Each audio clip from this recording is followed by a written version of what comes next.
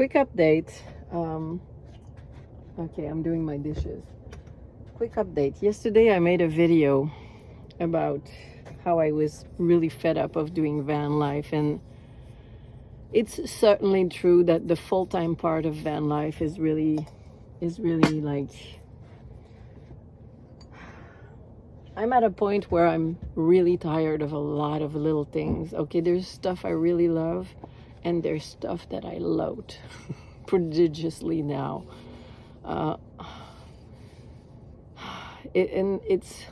There's numerous things. Maybe one day I'll make a video about all the little things that annoy me and all the things that I love, in a more calm and collected way. Yesterday this was a total rant, and I'm sorry, I hope I didn't offend too many people, but there are activities that I cannot stand doing anymore. One of them is the one I'm doing now, the dishes. Doing the dishes with a goddamn little spray bottle. Sorry, another swear word. But anyway, I'm just gonna rinse. Oh, this is not clean. This is not clean at all. Okay. And what I want to say is that I mostly really love van life for travel. I think it's a great way to travel. What I mean to say is that for full-time living, when you're a Canadian, it's not like we have the same options you have in the States.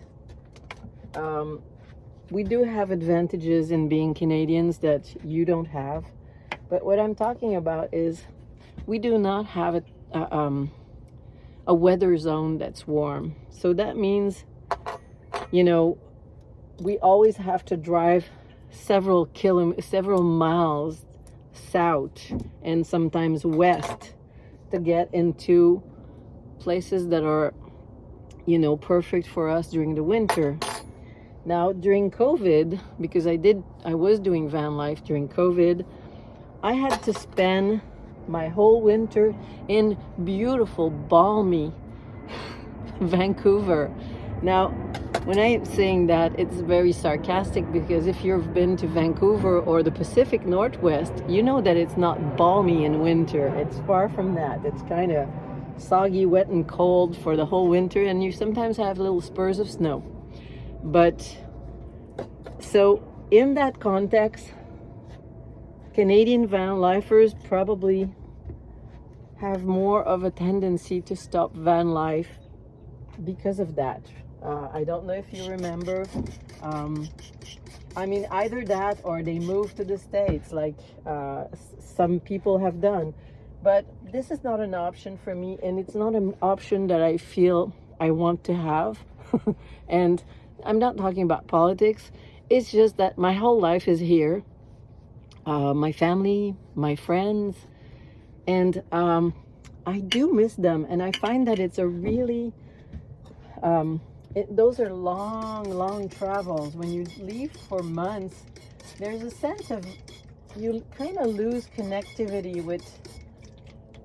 with some of the people that are in your life. And I know we have the internet and everything, and you can talk on the phone, but those real-time moments are very difficult to have. I noticed that it's hard to keep those connections alive, even when you're, it takes effort, and there's so much happening in life, and there's so much to do that sometimes you just don't have the time to care for the people that you care about. And anyway, I just wanted to tell you that today I woke up, it's sunny, it's not so bad, and I have a lot of thinking to do about this lifestyle, about whether I keep the van or not, whether I get like another kind of van, some SUV RVing type of thing. I'm not sure yet. I haven't decided.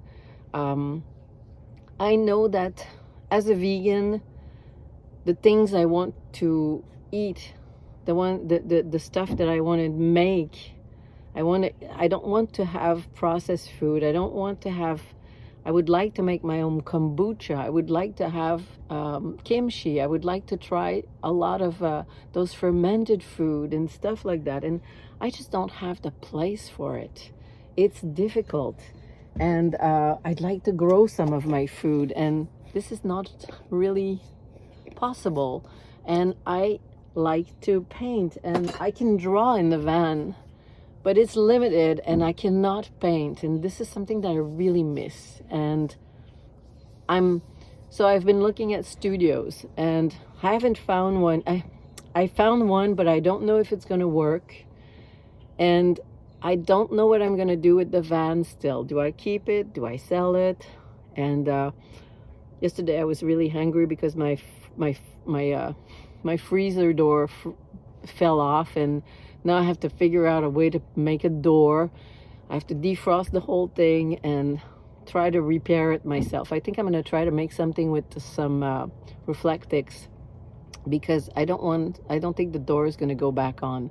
Anyway, I'm going to try. If it doesn't, we'll see.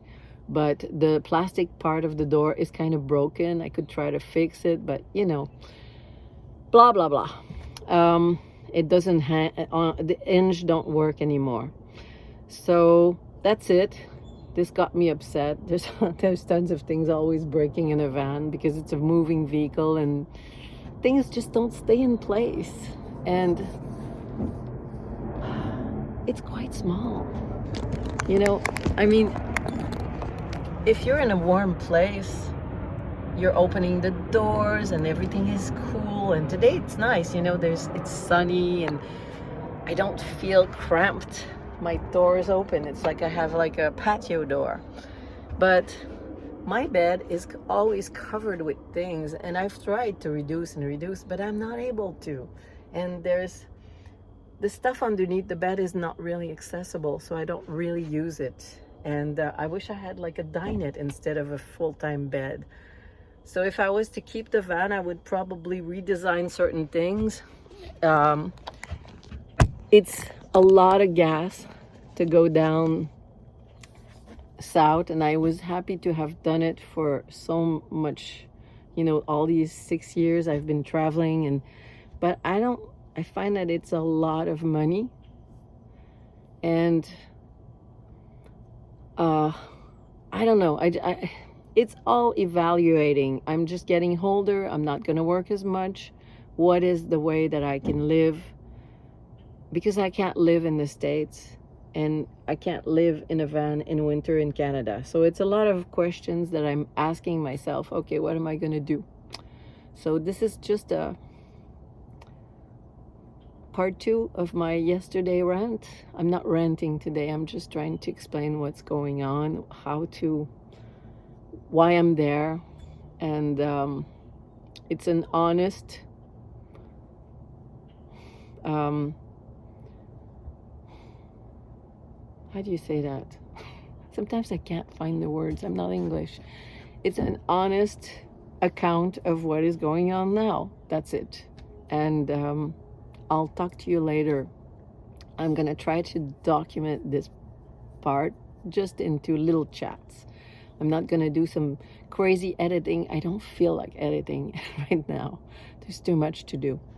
But thank you, and talk to you later.